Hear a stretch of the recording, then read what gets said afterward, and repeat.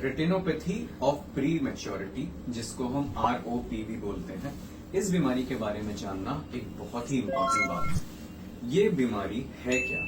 ये बीमारी होती है उन बच्चों को जो 9 महीने से पहले पैदा हो जाते हैं। नॉर्मल बच्चा 9 महीने या तो 36 हफ्ते में पैदा होता है, लेकिन कुछ बच्चे प्री मैच्योर मतलब कि 28 हफ्ते, 30 हफ्ते, 32 हफ्ते, मतलब हमने उनको 9 महीने के पहले किसी न किसी कारण से मां के पेट से बाहर निकाल लिया। तो जो बच्चे स्पेशली 32 हफ्ते से पहले जो पैदा होते हैं, उनकी आंखों में एक बीमारी है जो बहुत ही कॉमनली पाई जाती है, जिसको हम कहते हैं रेटिनोपैथी ऑफ प्री मैच्योरिटी या ROP।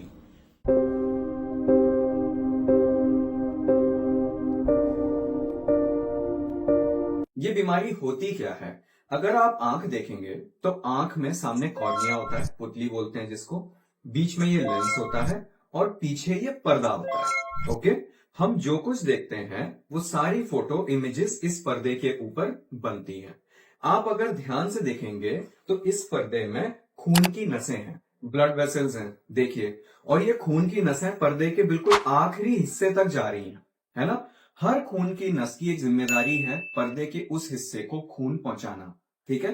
अब ROP या रेटिनोपैथी ऑफ प्री मैच्योरिटी में होता क्या है? ये जो खून की नसें हैं ये लास्ट तक नहीं पहुंच पाती। क्यों? क्योंकि आपने बच्चे को पहले ही निकाल लिया और वो खून की नस डेवलप ही नहीं हो पाई, पूरी पनप ही नहीं पाई।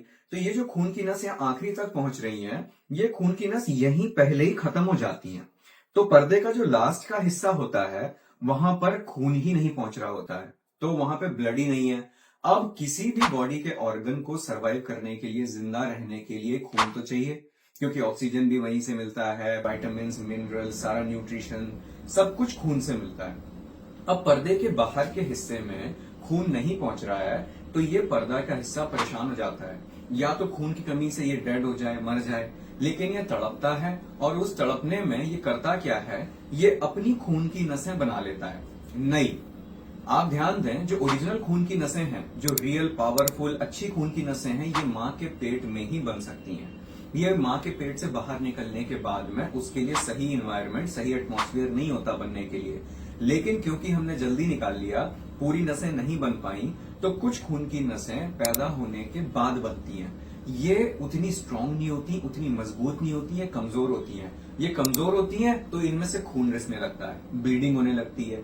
तो यहाँ पे बेसिकली पर्दे में बाहर के हिस्से में खून जमा हो जाता है।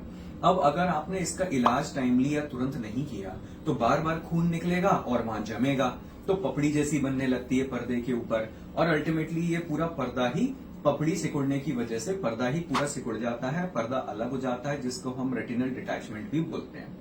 अब हमें एक बार अगर रेटिनल डिटैचमेंट हो गया बच्चे को, तो उसका ट्रीटमेंट हो पाना बहुत ही ज्यादा मुश्किल होता है और निगाह जो है बहुत ही ज्यादा कॉम्प्रोमाइज हो जाती है, और जिंदगी भर के लिए बच्चा जो है वो या तो पूरी तरह से अंधा हो जाता है या काफी हद तक अंधा हो जाता है, ठीक है। और आप उसका कोई ट्रीटमेंट नहीं करा सकते। तो हमको पर्दा सरकने देना ही नहीं है। इसके लिए हमको क्या करना है कि इससे पहले कि ब्लीडिंग हो, इससे पहले कि वहां खून जमा हो, हमको वहां पे बाहर के पर्दे को लेजर कर देना है या तो इंजेक्शन कर देना है। हम ये करते कैसे हैं वो भी मैं इस वीडियो में दिखा रहा हूं, जिससे आपके दिमाग से वो डाउट हट जाए कि पता नहीं लेजर मतलब क्या होता है, कौन सा बड़ा ऑपरेशन करने वाले हैं, इसके कोई साइड इफेक्ट तो नहीं है, बच्चे कुछ हो तो नहीं जाएगा। ऐसा कुछ भी नहीं होता, ये कोई ऑपरेशन नहीं है, ये एक OPD प्रोसीजर है। हालांकि हम सेफ्टी के लिए ICU में ही करते हैं, जो बच्चों का ICU होता है, क्योंकि वहां पे बच्चे को हम फीड करा सकते हैं, ऑक्सीजन दे सकते हैं, कंटिन्यूअसली उसकी BP पल्स मॉनिटर कर सकते हैं, सेफ्टी के लिए, ठीक है।